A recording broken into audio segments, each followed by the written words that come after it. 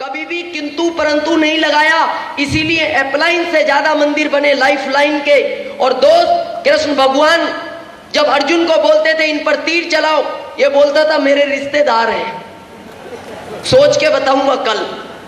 किंतु परंतु बहुत लगाया, एक भी मंदिर इस दुनिया में नहीं बना, एक भी नहीं बना। अब आपके ऊपर है, या तो हनुमान बन जाना या अर्जुन बन जाना। अर्जुन बनोगे तो एक भी मंदिर बनने वाला नहीं है, हनुमान बन गए तो आपकी अपलाइन से ज्यादा बन जाएंगे। लेकिन अपलाइन का मतलब क्या है? अपलाइन जानते हो किसको बोलते हैं? जिसने बिजनेस कराया, यस या नो? नो। अपलाइन नहीं, वो तो आपका सेकंड गॉड है जिसने आपको बिजनेस दिया है। अपलाइन का मतलब होता है एक्टिव ग्रोइंग अपलाइन, जो सफल है इस बिजनेस में। और एक चीज का ध्यान रखना, कभी भी सोती हुई अपलाइन से मत मिलना, कभी मत मिलना। सोती हुई अपलाइन के पास चले गए और आपने कहा सर आगे क्या करूं? सो जा, क्योंकि वो खुद सोया हुआ है। एक्टिव ग्रोइंग अपलाइन से मिलना है, हमेशा मिल सकते हैं। और सबसे इंपॉर्टेंट चीज मैं बता रहा हूं, फोर्थ, प्लान शो।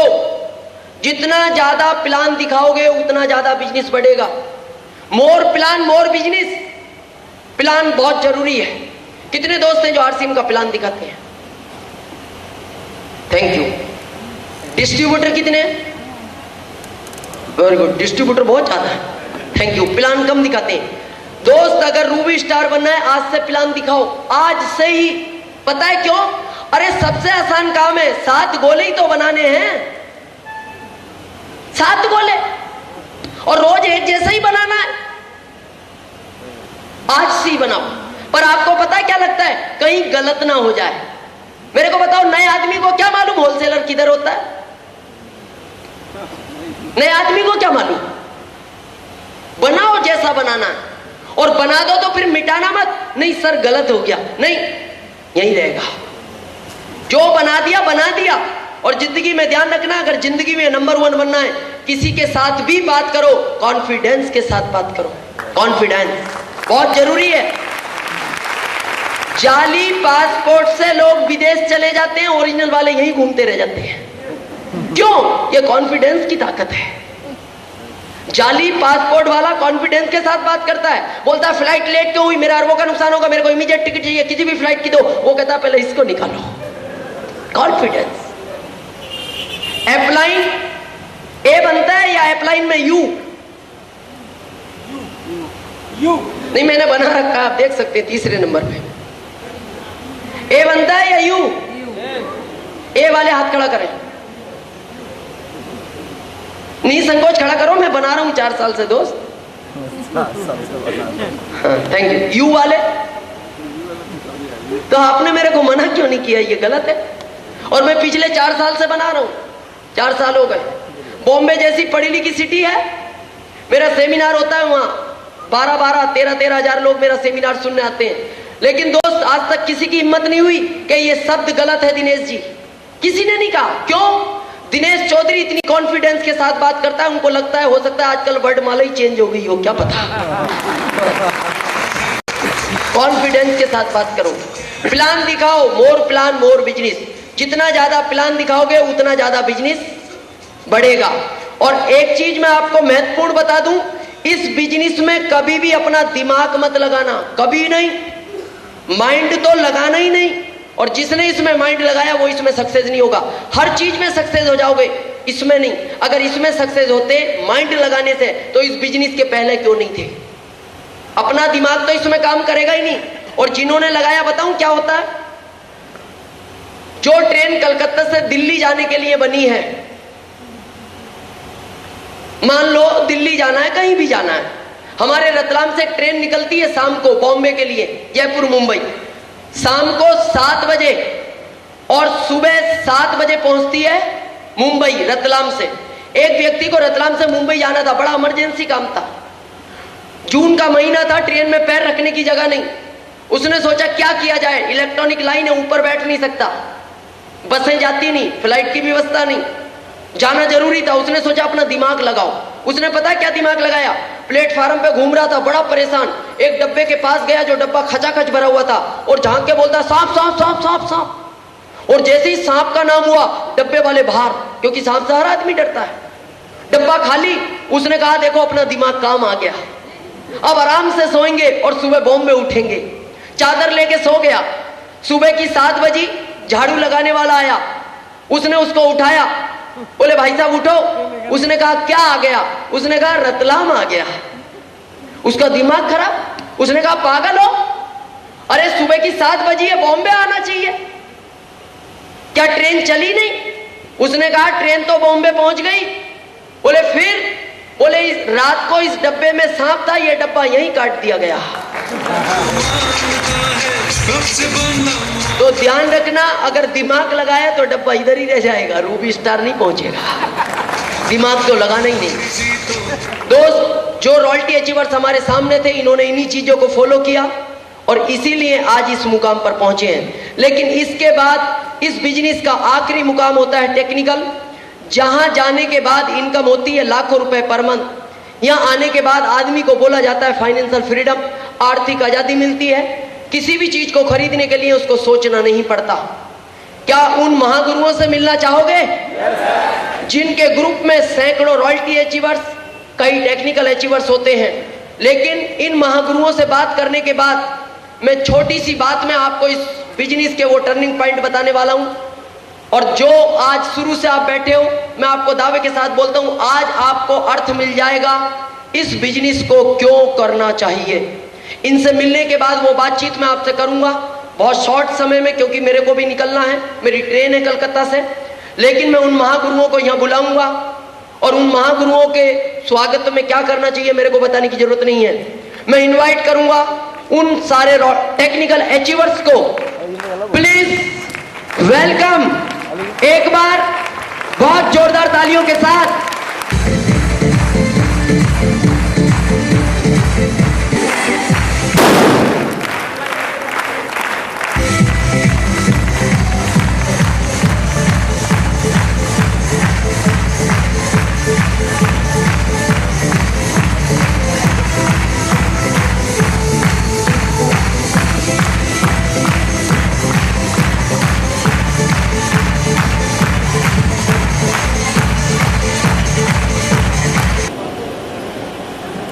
आज हमारे बीच ये वो सारे महागुरु हैं जिन्होंने आज कई हजार लोगों को ये एजुकेशन दी है कि इस बिजनेस के अंदर कैसे लखपति, कैसे करोड़पति बना जाता है। क्या इन महागुरुओं से मिली इनकम? और शॉर्ट में एक मैसेज, लेकिन इनसे मिलने के बाद जो मेरी बात की स्पीच होगी, मैं दावे के साथ बोलता हूं दोस्त, आप आरसीएम बिजनेस करना या ना करना, लेकिन आपकी जिंदगी में एक बहुत बड़ा परिवर्तन आएगा, एक बहुत बड़ा टर्निंग पॉइंट आएगा। इसी क्रम में मैं इनको 1 to 1 बात करा रहा हूं। लेकिन आज हमारे बीच सबके सीनियर, सब में ज्यादा एज में, जिनका आज भारत के कई कोनों में इंतजार किया जाता है। मैं अभी टुंडला गया था कल, पता लगा सर का वहाँ प्रोग्राम है, बहुत सारे लोग इनकी मीटिंगों के लिए इंतजार करते हैं और वो आज हमारे बीच में हैं, जो दुर्गापुर से आए हैं। और एक बार जोरदार तालियों के बीच मैं माइक्रोफोन उन्हीं को दे रहा हूँ। मैं छोटा एक कहानी के साथ आपको एक मैसेज देने जा रहा हूँ, जिसको कहा जाता है टारगेट। इस बिजनेस में टारगेट बहुत बड़ा चीज है। जो आदमी, जो डिस्ट्रीब्यूटर इस टारगेट को सही तरह से काम कर सकता है टारगेट में, उसको रूबी स्टार होना ही है, होना ही है, होना ही है। तो मैं बहुत शॉर्ट से एक कहानी सुना रहा हूँ। कहानी है, एक रास्ते से हाईवे से एक ट्रक जा रहा था। ट्रक के ऊपर कुछ फूल लोड किए हुए थे। ट्रक भगते रहा, कुत्ता भी साथ में पीछे पीछे भगते रहा। एक कुत्ता को देख के बहुत सारे कुत्ता भी भागने चालू किया उस कुत्ते के पीछे। इस तरह से एक शहर से दूसरे शहर, दूसरे शहर से तीसरे शहर जाने लगा। तो तीसरे शहर में जब गया तो उस जगह पर एक कुत्ता ने सोचा क्या बात है, सारे कुत्ता दौड़ रहे एक कुत्ते के पीछे में, इस गाड़ी के पीछे में, रहस्य क्या है।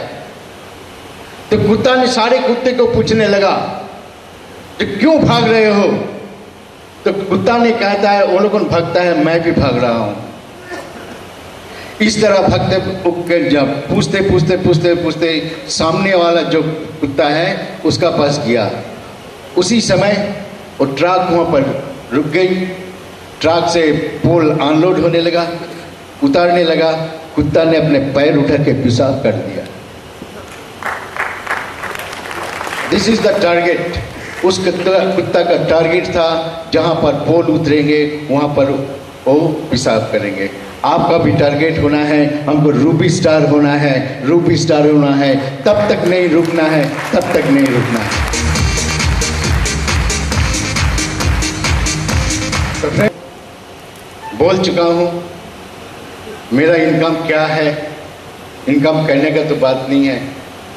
आज तो मैं जो चाहता हूं वही करता हूं। मेरा तो एक इंडिका गाड़ी है जिसको लेके मैं यहाँ पर आया हूँ और सारे बंगला में हम घूमता हूँ उसी गाड़ी से। और इस साल मैंने 75,000 इनकम टैक्स पे किए हैं सारे ये करके। तो friends thank you. Thank you. अभी हमारे बीच टारगेट की उन्होंने बात की। टारगेट होना जिंदगी में बहुत जरूरी है और इसी क्रम में अगले नेक्स्ट टेक्निकल अचीवर्स मैं माइक्रोफोन उन्हीं को दे रहा हूं। आपकी जोरदार तालियों के बीच थैंक यू।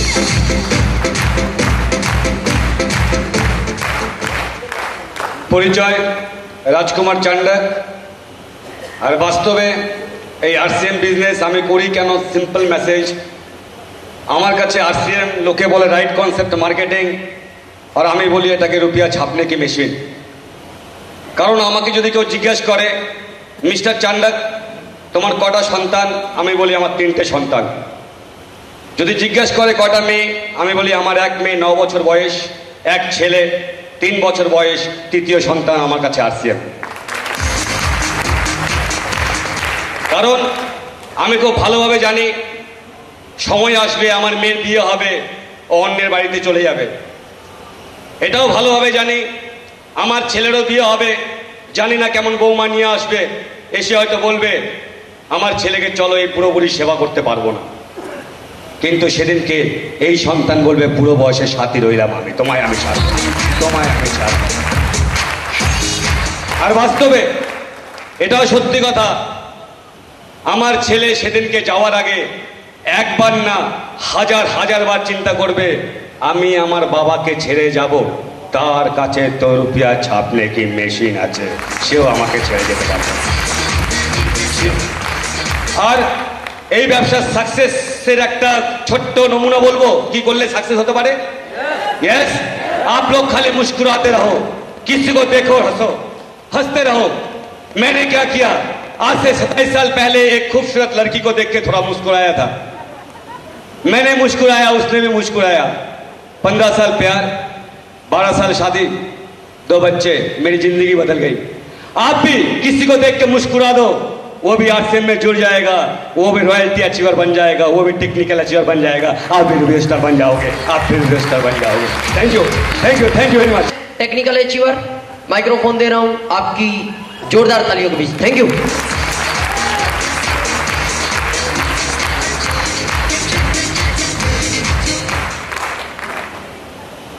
নমস্কার, নাম শম্ভু দেবনাথ, বাড়ি উত্তর 24 পরগনার একটা ছোট্ট গ্রাম ঘোষপুর। একটা সাধারণ গ্রামের একদম সাধারণ পরিবারের একটা চাষির ছেলে। 27 মাস বিজনেসটা শিখছি, শিখতে শিখতে আজকে এই জায়গায় পৌঁছেছি। তো আমি মেসেজ আজকে যা শিখলাম, বিশ্বাস করুন আজকে এক একটা কথা আমি যা শিখলাম, যার থেকে শিখলাম, আজকে যিনি এখানকার গুরু, please big hands mister Dinesh Sharma. আর এই বিজনেসে যিনি সবসময় আমাকে কি বলবো গাইড করেন পিতার মতো, please big hands mister Prabir Kumar Roy. My applause. আর যিনি আমার গুরু, আপনাদের সবার গুরু, তিনি আজকে এখানে নেই, যেখানেই থাকুক, প্লিজ বিজ্ঞান মিস্টার সঞ্জীব গোয়েঙ্কা। তো একটা ছোট্ট কথা বলবো, আজকে যারা এখানে এসছেন প্রত্যেককে সৌভাগ্যবান, কারণ আরসিএম বিজনেসের যত রুবিস্টার তৈরি হয়েছে এরকম সেমিনার থেকে তৈরি হয়েছে। আজকে যারা এসছেন প্রত্যেকে রুবিস্টার হতে এসছেন, রুবিস্টার হতে এসছেন, রুবিস্টার হতে এসছেন। সেই জন্য ঈশ্বর Allah here to prove something with us. যারা এসছেন তাদেরকে ঈশ্বর আল্লাহ নিয়ে এসছেন। Thank you, good afternoon. Thank you. और हमारे नेक्स्ट टेक्निकल अचीवर माइक्रोफोन में उन्हीं को दे रहा हूं, आपकी जोरदार ताली होगी। Thank you. নাম শ্যামল মণ্ডল, উত্তর চব্বিশ পরগনা ডিস্ট্রিক্ট, ইছাপুরে বাড়ি। আমি এই বিজনেসে 26 মাস ধরে জয়েন করেছি। আমি এই বিজনেস জয়েন করার আগে আমি একটা কাপড়ের ব্যবসা করতাম, কিন্তু আমার মনে বহু স্বপ্ন ছিল আমি জীবনে অনেক কিছু করব, কিন্তু তার পথ পাইনি। আমাকে একমাত্র পথ দিয়েছে আরসিএম বিজনেস, যেখান থেকে আমি জীবনে স্বপ্ন সফল করবো। Thank you. और नेक्स्ट और लास्ट टेक्निकल अचीवर, एक बार जोरदार तालियां। Thank you. হ্যালো, নাম মোহাম্মদ সাইনুল হক। আরসিএম বিজনেসের আগে আমার জীবনটা খুব অন্ধকারে ছিল। আজকে আমি স্টেজে দাঁড়িয়ে আছি ঠিকই, বাস্তবতা আমার চোখ দিয়ে জল আসছে। 1,500 টাকার জন্য লোকের পা জড়িয়ে ধরেছি, দুবেলা খাওয়া হতো না। বাবা 37 বছর চাকরি করতেন, আমি ওই স্কুলে চাকরি করতাম, সেই স্কুলে আমাকে বেতন দিত না। যেদিন আমি আরসিএম বিজনেস শুরু করলাম, যিনি আমাকে এই জায়গায় এনেছিলেন তার জন্য একবার দিল খুলে হাত তালি দেবেন মিস্টার শম্ভু দেবনাথ। যেদিন আমাকে আরসিএম বিজনেসে নিয়ে এলো, আমাকে হাজার লোক আমাকে তখন বলছে তুমি করো না, হবে না, হবে না। আর আমি প্রতিদিন শুধু দুঃখের কথা ভাবছি, আর আমি কাজ করে যাচ্ছি, কাজ করে যাচ্ছি, কাজ করে যাচ্ছি, কাজ করে যাচ্ছি, কাজ করে যাচ্ছি, কাজ করে যাচ্ছি, কাজ করে যাচ্ছি। যেদিন আমি রয়্যালটি হলাম, যারা বলছিল হবে না তোর দ্বারা, তুই পারবি না, তোর বাবা প্রাইমারি স্কুলে চাকরি করতো, তুই মোটর সাইকেলের স্বপ্ন দেখিস না কোনোদিন, ওসব ছোট জিনিস। যেদিন আমি প্রথম রয়্যালটি অ্যাচিভার হলাম, তারা এরকম গালে চড় মেরে বলছে বাবুর কাছে বোকা পেনে গেলাম, বাবুর কাছে বোকা পেনে গেলাম। যেদিন আমি টেকনিক্যাল অ্যাচিভার হলাম, যেদিন আমি কোট প্যান্ট টাই পরে আমার গর্ভধারিণী মায়ের সামনে দাঁড়িয়ে, মা তখন চোখ মুছতে মুছতে বলছে আমি পৃথিবীতে তোকে জন্ম দিয়ে আমার সার্থক জীবন হয়েছে, তুই বড় হ, তুই বড় হ, বড় হ। আরসিএম বিজনেস আমার সাকসেসের একটাই উদ্দেশ্য, টাকা কামানো নয়, একটাই মাত্র উদ্দেশ্য, যে মা আমাকে পৃথিবীতে ধরে এনেছেন, যে মা আমাকে জন্ম দিয়েছেন, সেই মার নামটা সারা ভারতবর্ষ নয় সারা পৃথিবীতে পৌঁছে যাবে, ওই বাবুর মা। এইটাই আমার মূল উদ্দেশ্য। টোটাল ইনকাম করেছি আরসিএম বিজনেস থেকে 1.5 টাকা 2 টাকার জন্য লোকের হাতে হাতে হাতে পাত ধরেছি। টোটাল ইনকাম থেকে আরসিএম বিজনেস থেকে ইনকাম করেছি নেই নেই করে 9 লক্ষ টাকা এই আরসিএম বিজনেস থেকে। সকলকে নমস্কার। দীনেশ চৌধুরীজির আমি একটা মিটিং শুনেছিলাম সুরাটে, সেকেন্ড আমি দীনেশজির মিটিংটা নিলাম। জীবনে আরসিএম বিজনেসে 100 কাছাকাছির মিটিং শুনেছি, সেই রাজস্থান, সেই বিহার, সেই পুরী, সেই পবিত্র দুর্গাপুর। কিন্তু আজ 28 মাসে আমার জীবনে অনেক কিছু পেলাম, যেদিন আমি দীনেশজিকে কোনো দিন শোধ করতে পারবো না। আমার পরিবার দীনেশজির কাছে ঋণী হয়ে গেল। দীনেশজির জন্য একবার জোরদার হাততালি সকলে দেবেন। এই বলে আমি আলোচনা শেষ করে দিলাম। Thank you. एक बार इन महागुरुओं के लिए प्लीज जोरदार तालियां। Thank you.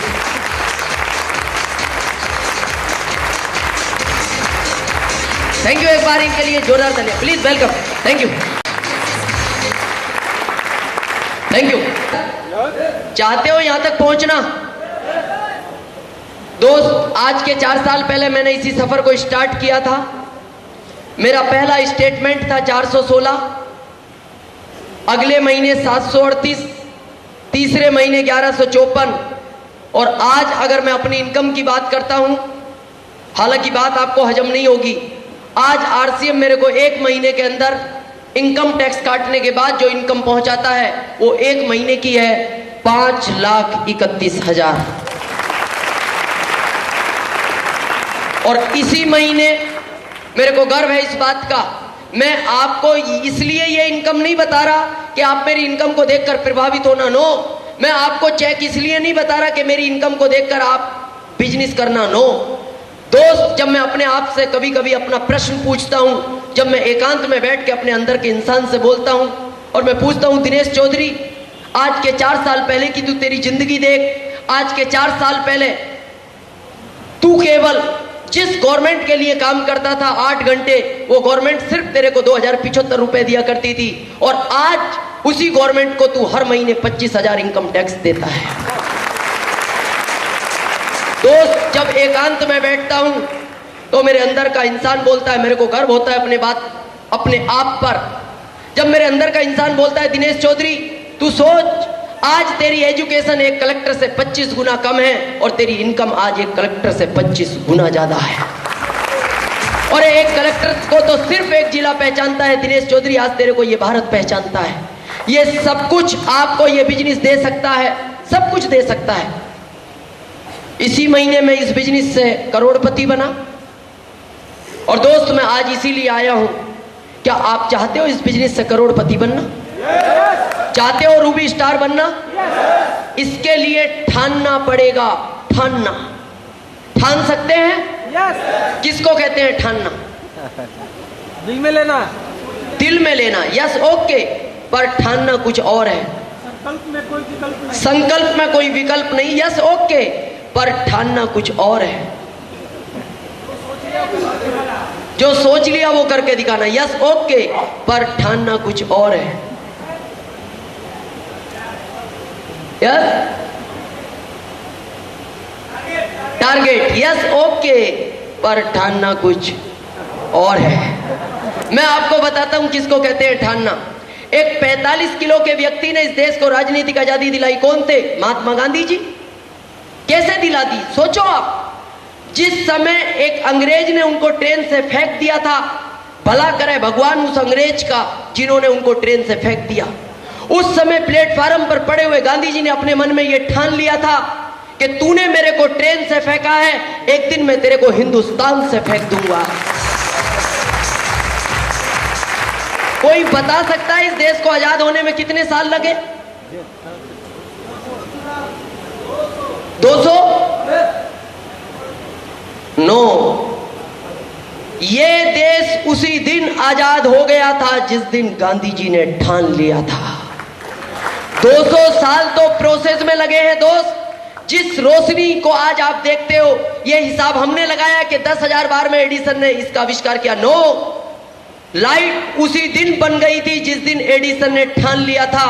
10,000 बार प्रोसेस में लगे हैं, और आज उस भगवान को साक्षी मानकर आप यहां से ठान के जाना कि मेरे को रूबी स्टार बनना है।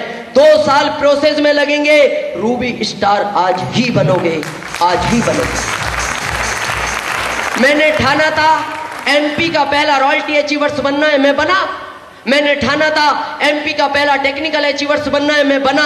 मैंने ठाना था एमपी का पहला रूबी स्टार बनना है, मैं बना। और मैंने ठाना था एमपी का पहला करोड़पति बनना है, मैं बना।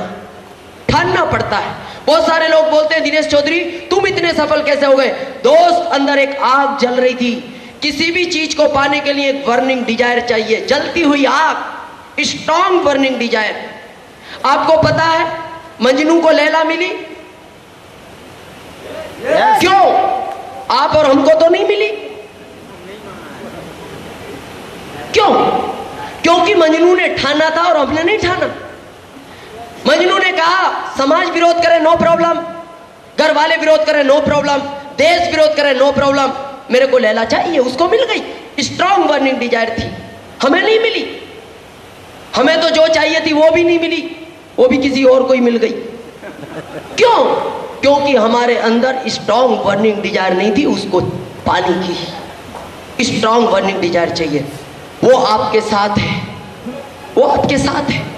आज यहां से स्ट्रॉन्ग एक ठान के जाना। ठान सकते हैं? यस। दोस्त, आज बहुत सारे नए दोस्त हैं। मैं एक चीज आपको बता दूं, आज यहाँ बहुत सारे नए दोस्त आए होंगे। आज अपनी जिंदगी में एक डिसीजन लेना, आज निर्णय क्या, या तो मेरे को करना है या फिर नहीं करना।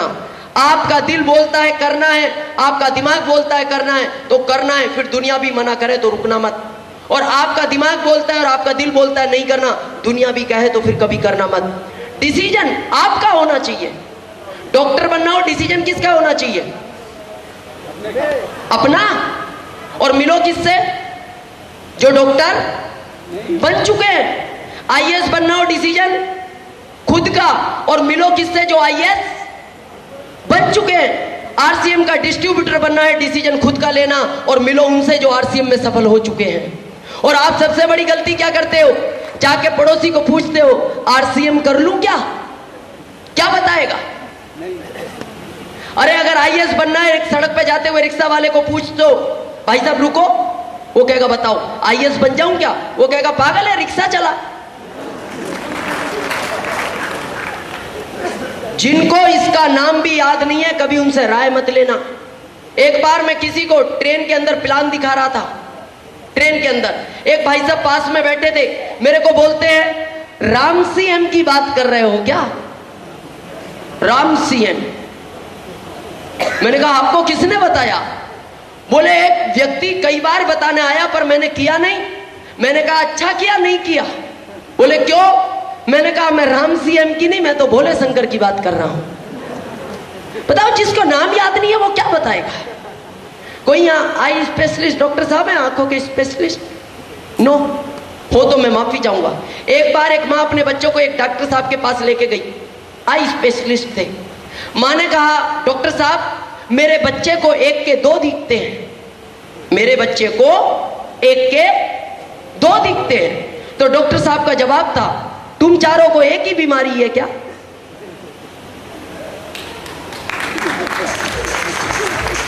क्योंकि उनको दो के चार दिखते थे। मेरे को बताओ उस बच्चे का इलाज उनसे करवाओ, क्या बच्चा ठीक हो सकता है? सोचो आप किससे पूछते हो बिजनेस के बारे में? दोस्त उनसे पूछना जो इसमें सफल हुए हैं। डिसीजन लो। सेकंड चीज विश्वास। विश्वास करना पड़ेगा। मार्केट में कोई टैबलेट आती है क्या विश्वास की? टैबलेट आती है क्या? 5 खाओ विश्वास ही विश्वास? नहीं आती। कहां से लाओगे इसको? कहां मिलेगा ये? जिंदगी में ध्यान रखना विश्वास 3 चीज से होता है, सुनने से, सेकंड देखने से और थर्ड करने से। अभी मेरी बात का विश्वास ना हो मत करना, नो प्रॉब्लम। और सुनो, आपके यहाँ 12 नवंबर को बहुत बड़ा फंक्शन है इंडिया लेवल का। सुनो, पूरे भारत के सक्सेसफुल लोग आएंगे। फिर भी विश्वास ना हो तो फिर देखने से होगा। कंपनी देखो, कंपनी के मालिक को देखो, फिर भी विश्वास ना हो तो दोस्त करना पड़ेगा। आज यहाँ आए हो विश्वास था। आज मैं पहली बार कलकत्ता आया हूं, मेरे को विश्वास था। मेरी सुबह दिल्ली से फ्लाइट थी, मेरे को विश्वास था मैं कलकत्ता पहुंचूंगा। विश्वास करना पड़ता है। एक बार की घटना बताऊं, एक एयर क्रैश हुआ, 250 लोग थे, मर गए सारे के सारे। बहुत बड़ा दुर्घटना विमान, सारे लोग मर चुके थे, लेकिन उसमें कोई पालतू बंदर को सफर करा रहा था। डॉक्टर जब वहां पहुंचे उन्होंने सोचा ये प्लेन टकराया किस कारण से, उसका पता नहीं लग रहा था क्योंकि रडार की पकड़ के बाहर था। डॉक्टरों ने सोचा अगर ये बंदर पालतू है इसको बचा लिया जाए तो हो सकता है ये हमें कुछ जानकारी दे। बंदर को बचा लिया गया, उसका इलाज हुआ, बंदर स्वस्थ हो गया। बंदर को इशारे में पूछा गया जिस समय ये प्लेन टकराया यात्री क्या कर रहे थे? बंदर ने इशारा किया, क्या कर रहे थे? खाना खा रहे थे। बोले जिस समय ये प्लेन टकराया इसके हॉस्टेस देखभाल वाले लोग क्या कर रहे थे? बंदर ने कहा वो भी खाना खा रहे थे। बोले जिस समय ये प्लेन टकराया इसका पायलट क्या कर रहा था? बोले वो भी खाना खा रहा था। बोले जिस समय ये प्लेन टकराया उस समय तुम क्या कर रहे थे? बोले मैं चला रहा था और इसीलिए टकरा गया। लेकिन बताओ यात्रियों को क्या विश्वास था कौन चला रहा है? पायलट। इसीलिए बैठ गए।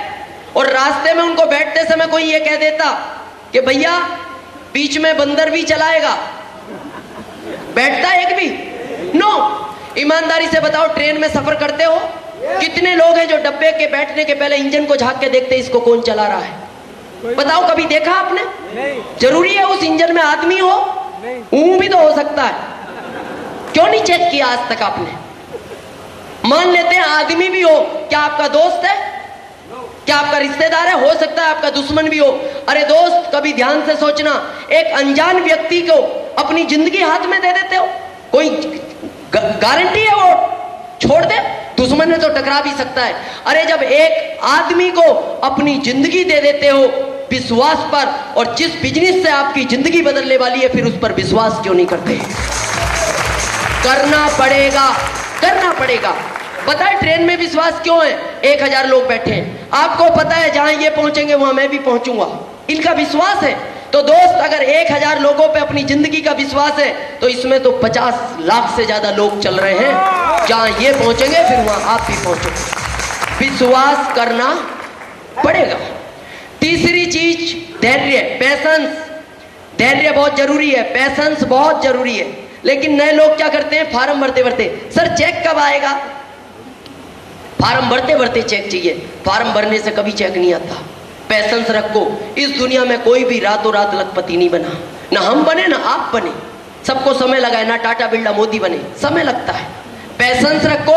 और चौथी चीज लक्ष्य। मैं इस पे कई बार बात करता हूं।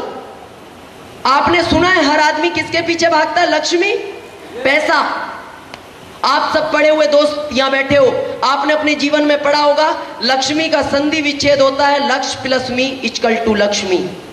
यानी मी माने मेरा, लक्ष्य माने टारगेट। अरे पहले आप अपना टारगेट तो बनाओ। बगैर टारगेट के कभी भी लक्ष्मी नहीं मिलती, और हमारा टारगेट होता ही नहीं। हम दौड़ रहे हैं दिन रात, दिन रात दौड़ रहे हैं। किसी से पूछो सर्विस क्यों कर रहे हो? सब कर रहे हैं ना, इसलिए मैं भी कर रहा हूं। बिजनेस क्यों कर रहे हो? सब कर रहे हैं ना। कहां पहुंचोगे? जहां ये पहुंचोगे। नो, कुछ नहीं हो सकता। आपका अपना टारगेट होना चाहिए। मैं एक छोटी सी लक्ष्य के ऊपर बात करता हूं आपको। टारगेट। एक बार दो दोस्त स्टेशन पे पहुंचे। एक ने कहा भूख लग रही थी, बोले नाश्ता कर लें। दूसरा बोला ट्रेन आने वाली है। एक ने कहा आधा घंटा बाद आएगी। उसने कहा कर लो, ट्रेन आ गई। उसने कहा आधा घंटा रुकेगी। वो नाश्ता करने लगे, ध्यान नहीं दिया, ट्रेन चल पड़ी। जब ट्रेन की स्पीड 30 हो गई तो कुली ने आवाज लगाई, अरे भैया तुम्हारी ट्रेन निकल गई। दोनों दौड़े, दौड़ते गए दौड़ते गए दौड़ते गए दौड़ते गए। जब प्लेटफार्म का लास्ट कोना आया, एक तो लटक गया, एक चढ़ गया और एक रह गया। और जो रह गया वो इतना हंसा, इतना हंसा, हंसते हंसते पागल। सारे लोग इकट्ठे हो गए, बोले इसकी ट्रेन निकल गई। एक दोस्त चला गया और ये हंस रहा है। उससे पूछा भैया हंस क्यों रहे हो? वो बोलता है वो तो बैठाने आया था, जाना मेरे को था। और आज हम भी दिन रात दौड़ रहे हैं, हमें नहीं पता कि हमें बैठना है या बैठाना है। दिन रात भाग रहे हैं। टारगेट डिसाइड करो क्या चाहिए। और दोस्त, ये बिजनेस क्या क्या दे सकता है, क्या क्या दे सकता है। बात पैसे की नहीं है, बहुत पैसा है इस सिस्टम के अंदर। मनी अनलिमिटेड है, अनलिमिटेड। मैं आपको बताऊं मैं इस बिजनेस में क्यों आया, मेरा टारगेट बताऊं क्या? दोस्त, मेरा अपना एक संकल्प था कि 5 साल तक दिनेश चौधरी बिजनेस करूंगा अपने लिए, 5 साल बाद करूंगा इस देश के लिए। और मेरा अपना टारगेट था 1 साल और पूरा होना बाकी है। 1 साल के बाद आरसीएम मेरे को जितना भी चेक देगा, जितना भी चेक देगा, हर महीने आधा चेक मैं इस देश के लिए डोनेट करूंगा। ये मेरा शुरू से संकल्प था। अगर 18 लाख का देगा तो 9 लाख दूंगा। उस महीने, अगले महीने 15 का आया 7.5 लाख दूंगा। 20 का आया 10 लाख दूंगा। जितना भी देगा आधा डोनेट करूंगा। ये मेरा शुरू से संकल्प था अपना। और दोस्त, यही एक ऐसा बिजनेस है जो आपको इस लायक बना सकता है, इस देश के लिए काम आओ, इस समाज के लिए काम आओ, अपने परिवार के लिए काम आओ, सब कुछ दे सकता है। मनी बहुत है, रिलेशन, पहचान मिलती है आपको। कितने दोस्त हैं जो मेरे को आरसीएम के पहले पहचानते थे? यहाँ कोई हाथ उठाएगा? आरसीएम के पहले? नो। और आज मेरे को हिंदुस्तान में 50 लाख लोग पहचानते हैं इस आरसीएम के थ्रू। 50 लाख। पहले मैं पहली बार आया हूं, फिर भी मेरे को यहां बहुत सारे लोग जानते होंगे आरसीएम से। इतना रिलेशन मिलता है, रिकॉग्निशन। आपको एक लीडर के रूप में एक्सेप्ट किया जाता है। हजारों लोग आपकी बात सुनने को तैयार होते हैं। क्यों?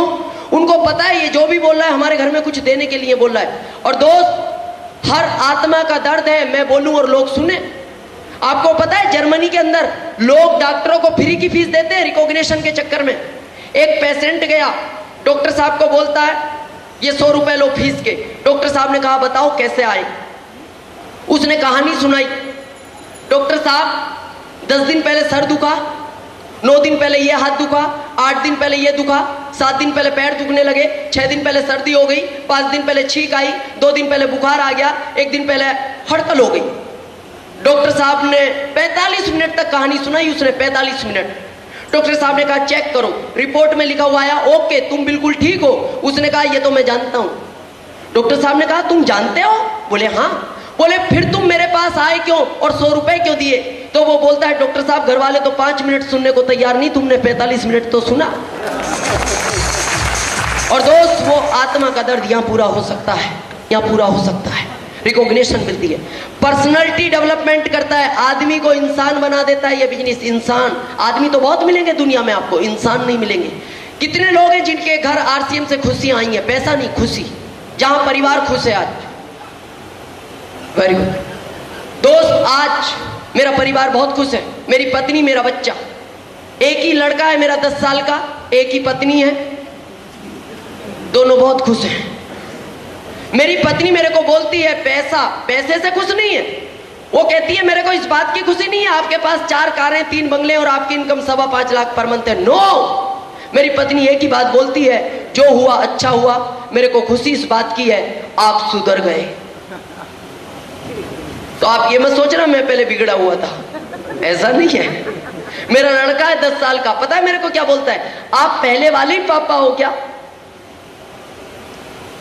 आप ये मत समझना पहले दूसरे थे, पहले भी मैं ही था। क्यों बोलता है वो ऐसा पता है? आज के 4 साल पहले मैं उसको मारता बहुत था, बहुत पीटता था, आज मैं उसको प्यार बहुत करता हूं। इस बिजनेस ने सिखाया। पहले बहुत गुस्सा था मेरे अंदर, 4 साल से आज तक किसी ने मेरी जबान से हल्का शब्द नहीं सुना, और 4 साल पहले हल्के शब्द के बगैर मैं बात नहीं करता था। इस बिजनेस ने बहुत चेंज किया है, सब कुछ, पहनना, चलना, बोलना। आप किसी को प्लान दिखाने जाते हो? यस जाते हो? मेरे से अच्छा समझाओ, 5 घंटे समझाओ, और सुनने के बाद वो कहते अभी कुछ भी समझ में नहीं आया। गुस्सा नहीं आता? आता है? इच्छा तो ऐसी होती है, इसको कहीं एक तरफ कोने में ले चलो और उधर पूछेंगे क्या समझ में नहीं आया। होती है? यस। पर आप गुस्सा करते नहीं करते, क्योंकि आपको पता है बिजनेस ही सहनशीलता का है। आप पता है गुस्से के अंदर भी अपने चेहरे पे हंसी लाने की कोशिश करते हो। इसको क्या अच्छा सर अभी नहीं समझे क्या है? मेरी अप्लायंस से मिलाऊंगा सर, वो बहुत अच्छा, मैं कल आता हूँ सर। ओके कोई बात नहीं। बताओ, बार बार हंसी लाने की कोशिश करते हो, आदत पड़ जाएगी, और आदत पड़ जाएगी तो अपने परिवार में भी हमेशा हंस के बात करोगे। सब कुछ चेंज हो सकता है। टेंशन फ्री लाइफ स्टाइल कुछ लगा हुआ? नो। किसी बिजनेसमैन को मिलो टेंशन में, ग्राहकी मंदी चल रही है, ग्राहक ही नहीं आ रहे, उधारी में पैसा डूब गया, लेकिन यह टेंशन फ्री। और दोस्त, जिन शब्दों से मैं सबसे ज्यादा प्रभावित हुआ, और यही मैं आपको बता रहा हूं, आपके ये बिजनेस समझ में आ जाएगा। सबसे ज्यादा इस बिजनेस से मेरे को प्रभावित किया दुआ। हजारों लोगों की दुआएं आपको मिलती हैं। क्यों? आप हजारों लोगों के घरों में पैसा पहुंचाने के माध्यम बनते हो। बहुत सारे लोगों के घरों में पैसा पहुंचाने के माध्यम बनते हो। मैं सफर करता हूं पूरे भारत में, ज्यादातर मैं कार से घूमता हूं। मेरी दोस्त, आप विश्वास नहीं करोगे, आज मैं जिंदा हूं। मेरी कार 1-1 इंच बची है, कई बार 1-1 इंच, कभी ट्रक से कभी बस से। और आज अगर मैं जिंदा हूं तो सिर्फ मैं इस बात से जिंदा हूं क्योंकि आज 5 लाख लोगों की दुआएं मेरे साथ हैं। इनकी दुआओं ने आज मेरे को जिंदा रख रखा है, सिर्फ इस वजह से। और दोस्त, सबसे बड़ी चीज इस बिजनेस में मिलती है सुरक्षा, सिक्योरिटी। कार में कितने व्हील होते हैं? कार में 4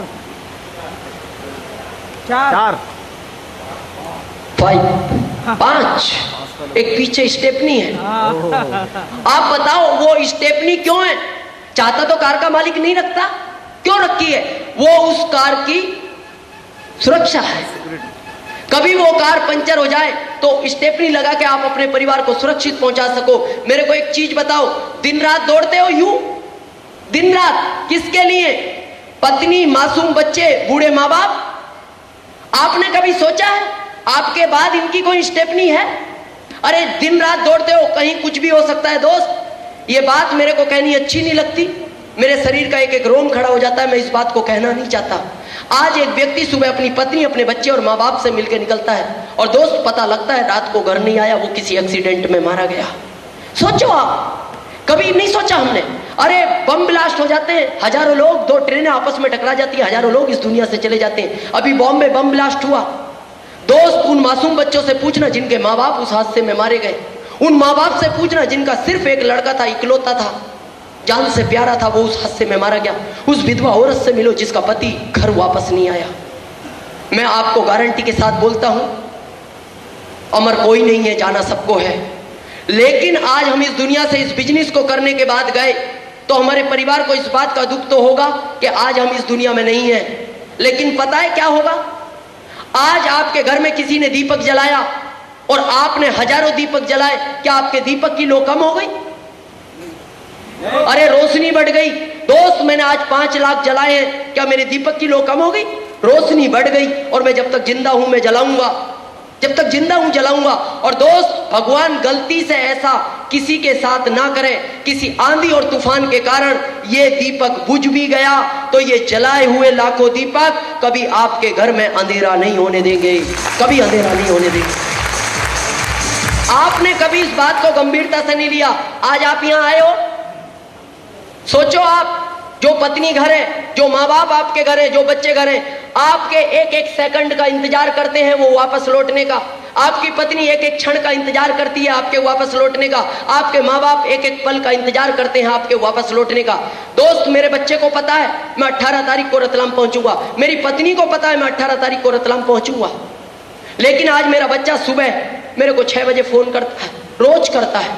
वो मेरे को एक ही बात बोलता है, पापा आप घर कब आ रहे हो? मैंने कहा, बेटा तेरे को कोई तकलीफ है क्या? ड्राइवर है, कार है, वहां तेरे को क्या? नहीं पापा, मेरे को कुछ नहीं चाहिए, लेकिन आप घर कब आ रहे हो? दोस्त, उसकी आवाज मेरे दिल के अंदर जाती है, मैं पहचानता हूं उसकी आवाज का दर्द। एक एक सेकंड इंतजार करता है वो मेरे घर वापस आने का। मेरी पत्नी रोज रात को 9 बजे मेरे को फोन करती है, बोले आप ट्रेन में संभल के जाना, आप प्लेन में संभल के जाना। उनको पता है मैं 4 साल से दौड़ रहा हूं, मैं नादान नहीं, बच्चा नहीं हूं, मैं अनजान नहीं हूं, लेकिन फिर भी उनको इंतजार है मेरे घर वापस लौटने का। लेकिन दोस्त, कभी भी हमने इस चीज को गंभीरता से नहीं लिया, कभी नहीं लिया। मैं आपको ये नहीं कहूंगा आप बिजनेस करो, नो। लेकिन दोस्त, मेरी एक चीज को ध्यान से सुनना, कभी भी रात को 1 बजे आपकी आंख खुलती है पानी पीने के लिए, एक बार इस पत्नी के बारे में सोचना जो दूसरे का परिवार छोड़ के आपके पास आई है। इसने अपने माँ बाप को छोड़ के हमारे माँ बाप को अपना माँ बाप माना। इन मासूम बच्चों के बारे में सोचना जिनको जन्म दिया है आपने, क्या जन्म देना ही हमारा अधिकार है? एक बच्चे को स्कूल छोड़ने जाते हो ना सुबह उंगली पकड़वा के, और एक बच्चा कार से उतरता है, उस समय आप अपने बच्चे का चेहरा देखना, आपके बच्चे का चेहरा उतर जाता है, उसके अंदर की आत्मा रोती है। वो हमसे बोल नहीं पाता क्योंकि उसको पता है मेरे पापा की हैसियत कार लेने की नहीं है, लेकिन उसका दिल रोता है। उसकी कभी भी हमने भावनाओं को नहीं समझा। और दोस्त, वो कार वाला बच्चा उसको अंदर जाने के बाद बोलता है, क्या तेरे पापा के पास कार नहीं है? लेकिन हमारे बच्चे को हमारे से इतना बड़ा विश्वास है, वो बहुत गर्व के साथ बोलता है, एक दिन मेरे पापा तेरे से भी लंबी कार लेकर बताएंगे, तेरे से भी लंबी कार लेकर बताएंगे। दोस्त, इन माँ बाप के बारे में सोचा है जिन्होंने जन्म दिया है हमें? आप जानते हो एक माँ जब अपने बच्चे को जन्म देती है उसको कितने डेसिबल का दर्द होता है? यहाँ कोई डॉक्टर साहब है क्या? कोई है? नहीं तो मैं आपको बताऊं, एक माँ जब अपने बच्चे को जन्म देती है उसको 12 डेसिबल का दर्द होता है, 12 डेसिबल का। लेकिन साइंस बोलती है 10 डेसिबल दर्द की अंतिम सीमा है, अंतिम। मेरे को बताओ फिर 2 डेसिबल का दर्द वो माँ कैसे सहन करती है? 10 के बाद तो आदमी मर जाता है। क्यों?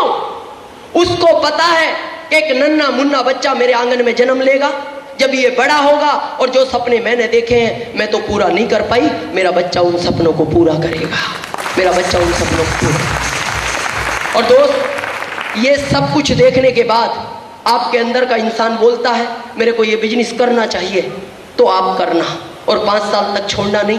और आपके अंदर का इंसान और आपकी आत्मा गवाही ना दे, आप इस बिजनेस को बिल्कुल मत करना, बिल्कुल नहीं करना। लेकिन मैं एक लास्ट में अपनी बात बता रहा हूं, इसके साथ मैं बात को खत्म करूंगा।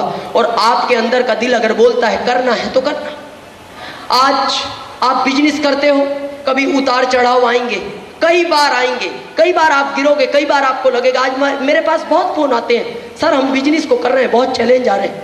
दोस्त, एक बार की बात है, एक बच्चा स्कूल जाता था।